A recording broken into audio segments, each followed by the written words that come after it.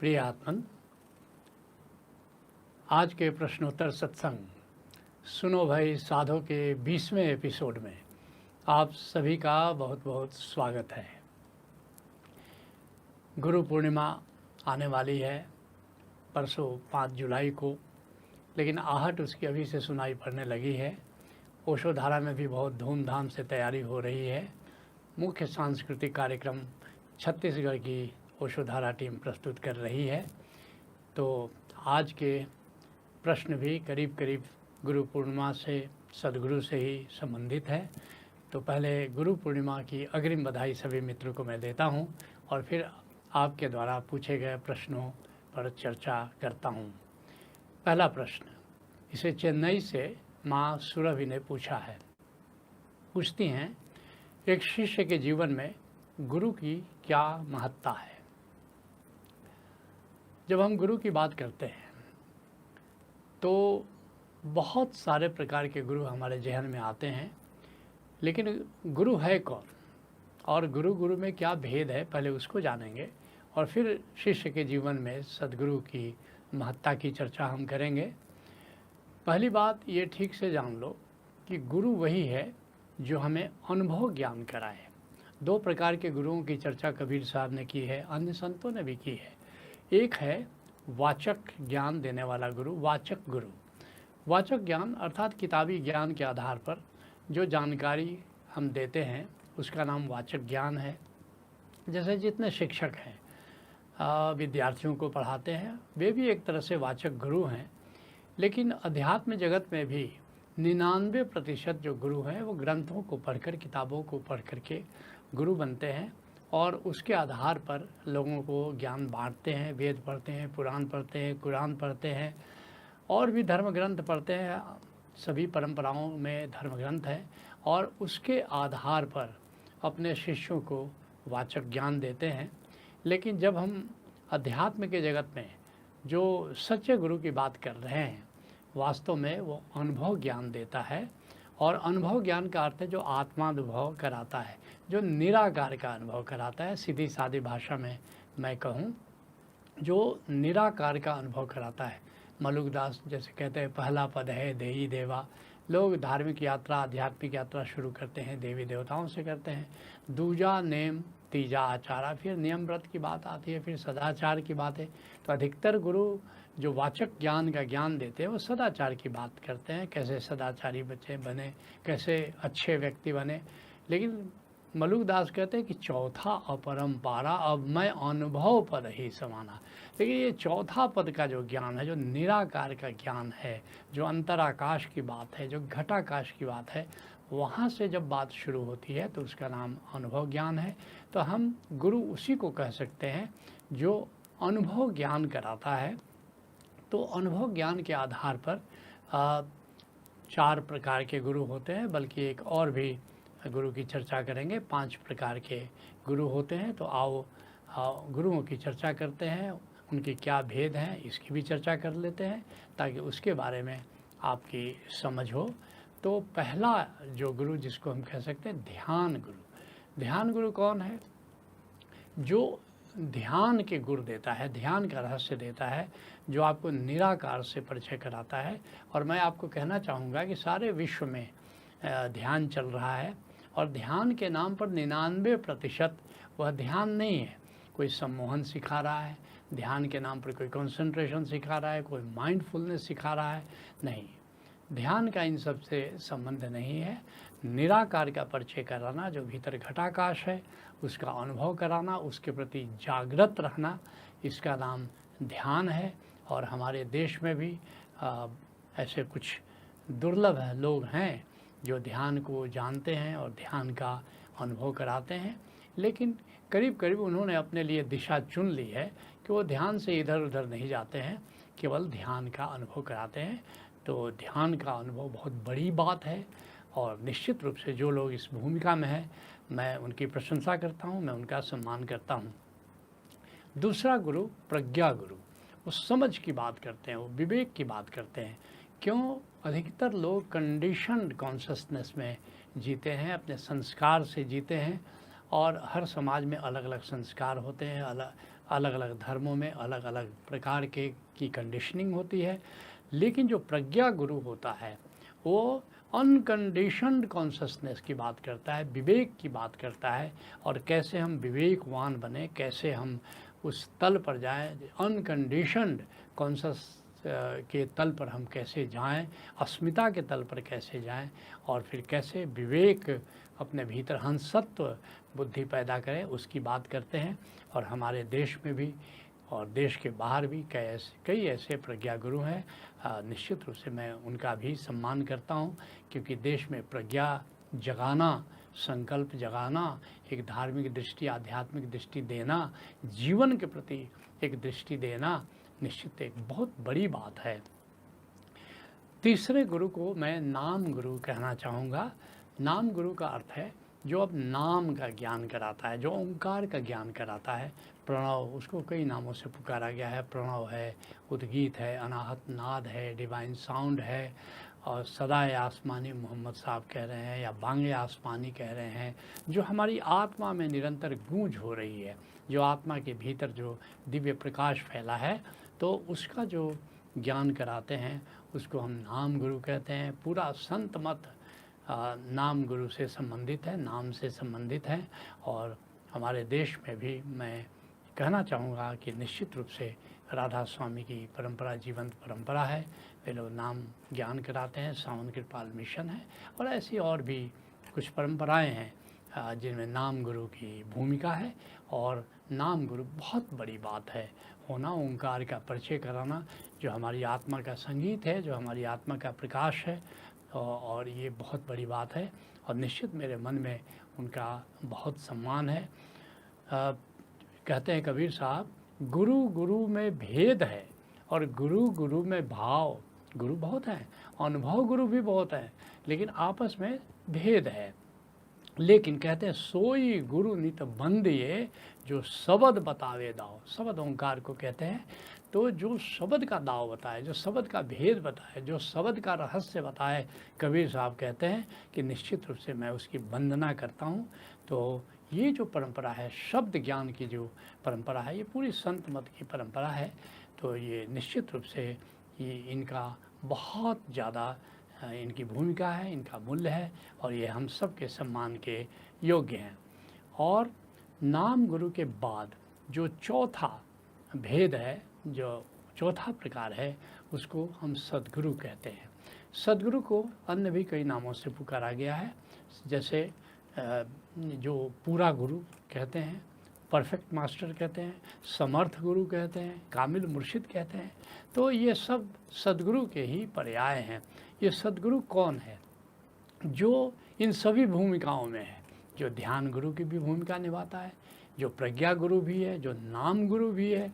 जब तीनों भूमिकाएं एक साथ कोई गुरु निभाता है तो उसका नाम पूरा गुरु है, या उसको कह सकते हैं कि कामिल मुर्शिद है। और वे लोग बड़े भाग्यशाली हैं जिनको पूरा गुरु मिलता है, जिसके लिए बखना साहब बड़े प्यारे संत हुए। कहते हैं, जा जन को गुरु पूरा मिलिया, अलख अभेव बताया। जो पूरा गुरु होता है, जो अलख है, जो गोविंद है, जो जीवंत अस्तित्व है, जो कि अभेद है, जो निराकार आकार सब में, ईशावास्य इदम सर्वम यत् किंचित जगत त्यान जगत, ये आकार और निराकार ये सारी समष्टि ब्रह्म है। उस ब्रह्म का जो ज्ञान कराता है, निश्चित रूप से वह पूरा गुरु है, और ये सर्वाधिक वंदनीय है। लेकिन एक पांचवें प्रकार के गुरु की भी मैं बात करना चाहूँगा, क्योंकि ये जो गुरु है, ये जो सद्गुरु को तैयार जो करता है, जो स्रोत है, उसका नाम परम गुरु है। परम गुरु कौन है? जो अपने जीवन में सद्गुरु रहा है, अब पूरा गुरु रहा है, लेकिन उसकी करुणा इतनी अपरंपार है कि अब अपने जीवित रहते रहते वह एक पूरा गुरु तैयार करता है। और यहाँ तक कि देह छोड़ने के बाद भी वह एक सद्गुरु तैयार करने में लगा रहता है। यही नहीं, बल्कि जो उसके शिष्य होते हैं, बहुत सारे शिष्य होते हैं जो कि वास्तव में मंजिल तक नहीं पहुंच पाते हैं, और उनको भी उस जीवित पूरा गुरु के पास, उस जीवित सद्गुरु के पास वो भेजता रहता है। और इस तरह उसका मार्गदर्शक, न केवल वो जीवित गुरु का मार्गदर्शक करता है, न केवल वो जीवित गुरु तैयार करता है, बल्कि अपने उन शिष्यों को जो उसके जीते जी जो ज्ञान को उपलब्ध नहीं हुए थे, उनको भी कहीं न कहीं प्रेरणा देता रहता है कि वे जीवित गुरु के पास जाएं। मुझे एक संस्मरण याद आ रहा है, मैं कई संतों के पास जाता था, उसमें एक बड़े प्यारे संत थे बाबा भजन ब्रह्मचारी। वे सियालदह से एक ट्रेन जाती है, वहाँ बरुईपुर एक रेलवे स्टेशन है, और वहाँ उतर करके एक गांव है मल्लिकपुर, वहाँ वो रहा करते थे। मैं उनके पास जाता था, करीब करीब हर महीने उनके पास अवश्य ही जाता था। तो कई बार वे भक्तियों की मुझे बात बताया करते थे। अपने कमरे में जब सारे शिष्य विदा हो जाते थे तो वहाँ ले जाते थे और वहाँ भक्तियों की बातें करते रहते थे। तो वहाँ पर मैंने देखा कि एक दिन एक साधक आया धनबाद का, जहाँ मैं रहता था उन दिनों, और वो कहने लगा कि मुझे आप दीक्षा दें, अपना शिष्य बना दें। लेकिन उन्होंने उसको बनाने से इनकार कर दिया और कहा तुम आदमी ठीक नहीं है, तुम्हारे वश की बात नहीं है। और उसने कहा देखिए मैं तीसरी बार आया हूँ और मैं आपका शिष्य बनना चाहता हूँ। बोला कि तुम कितनी बार भी आओ, लेकिन तुम आदमी ठीक नहीं हो, तुम डिज़र्व नहीं करते हो। और उसको उन्होंने भगा दिया। जब वो चला गया तो मुझे इस बात को थोड़ा सा मुझे दुख हुआ कि वो कितनी प्यास है उसके मन में, वो शिष्य बनना चाहता है और बाबा ने उसको शिष्य रूप में स्वीकार नहीं किया। मैंने विनम्र निवेदन किया कि बाबा आपने उसको भगा दिया, मुझे अच्छा नहीं लगा। एक हमारे गुरु हैं, ओशो हैं, वे कोई भी आता है उसको माला दे देते हैं, उसको शिष्य रूप में स्वीकार कर लेते हैं, और आपने उसको नहीं स्वीकार किया। उन्होंने मुझसे कहा कि तुम गुरु होने का मतलब जानता है? वे थोड़ा बंगाली और हिंदी मिला हुआ बोलते थे। मैंने कहा मुझे बिल्कुल पता नहीं। उन्होंने कहा कि जब तुम शिष्य बनाते हो तो उस गुरु की मुक्ति की रिस्पॉन्सिबिलिटी लेते हो, और जब तक वो मुक्त नहीं होता है गुरु भी मुक्त नहीं होता है। मैंने कहा बाबा ये तो बहुत ही अद्भुत बात आपने मुझे बताई। तो मैं अब तो अपने जीवन में कभी गुरु नहीं बनूंगा। वो उनका ठहाका आज भी मुझे याद है। बोले कि तुम नहीं जानते हो, तुम इतने लोगों के मुक्ति के कारण बनोगे, तुम्हें कुछ भी इसका भी आभास नहीं है। और कई परम गुरु लगे हुए हैं जो तुम्हारी तैयारी में लगे हुए हैं, और उनकी बात अक्षरशः सत्य हुई, क्योंकि मुख्य भूमिका गुरु नानक देव की रही, और उन्होंने मुझे न केवल नाम दीक्षा दी बल्कि इस भूमिका के लिए तैयार किया जो मैं आज कर रहा हूँ। और आज भी मैं देखता हूँ कि बहुत सारे परम गुरु हैं, शिरडी के साईं बाबा हैं, विजय गोस्वामी हैं, तैलंग स्वामी हैं, तो ये लोग अभी भी इशारा करते हैं और अभी भी अपने पुराने शिष्यों को वशुधारा में भेजते हैं। तो निश्चित रूप से परम गुरु की भूमिका की चर्चा किए बिना गुरुओं पर चर्चा अधूरी रह जाती है। तो आओ अब तुम्हारे मुख्य प्रश्न पर आते हैं। पूछते हो कि एक शिष्य के जीवन में गुरु की क्या महत्ता है। तो मैं कहना चाहूँगा कि ये 5 प्रकार की भूमिका निभाता है एक सद्गुरु। क्या निभाता है भूमिका? पहला, आकाश दीप है सद्गुरु। जैसे स्काई लैंप होता है, समुद्र में जहाज चलते हैं और कुछ भी दिशा का पता नहीं चलता कि कहाँ जाना है, उसमें स्काई लैंप जो आकाश दीप चलता रहता है उससे अपनी दिशा निर्धारित करते हैं। ऐसे ही जब हम सद्गुरु से प्रेम करते हैं तो सद्गुरु जैसा हम जाने अनजाने रूपांतरित होते जाते हैं, और कहीं न कहीं हमारा जो सद्गुरु है वो आकाशदीप की भूमिका निभाता है। दूसरी जो भूमिका है वो पथ प्रदर्शक है हमारा गुरु, क्योंकि सद्गुरु के पास पूरा मानचित्र है आत्मा तक जाने का, परमात्मा तक जाने का। उसके पास कंपास भी है, वो दिशा भी जानता है कि अपने शिष्य को हमको कैसे ले जाना है, और इस तरह एक गाइड का काम करता है, पथ प्रदर्शक की भूमिका निभाता है। और जिसके लिए दादू साहब कहते हैं, दादू देव दयाल की गुरु दिखाई बाट। कहते हैं कि गुरु ने मुझे रास्ता दिखाया है दादू को, और ताला कूंची लाई करी खोले सबे कपाट। और ताला ऐसी चाबी हमको दी, ओंकार की चाबी से इशारा है कि सारे कपाट हमारे खुल गए। जो भीतर के कपाट, बाहर का कपाट खोलना तो आसान है, भीतर का कपाट खोलना बड़ा मुश्किल है। लेकिन हमारा गुरु पथ प्रदर्शक का काम करता है और भीतर के सारे दरवाजे खोल देता है। जो तीसरी भूमिका सद्गुरु की होती है वो कल्याण मित्र की होती है। गौतम बुद्ध अक्सर कहा करते थे गुरु कल्याण मित्र है।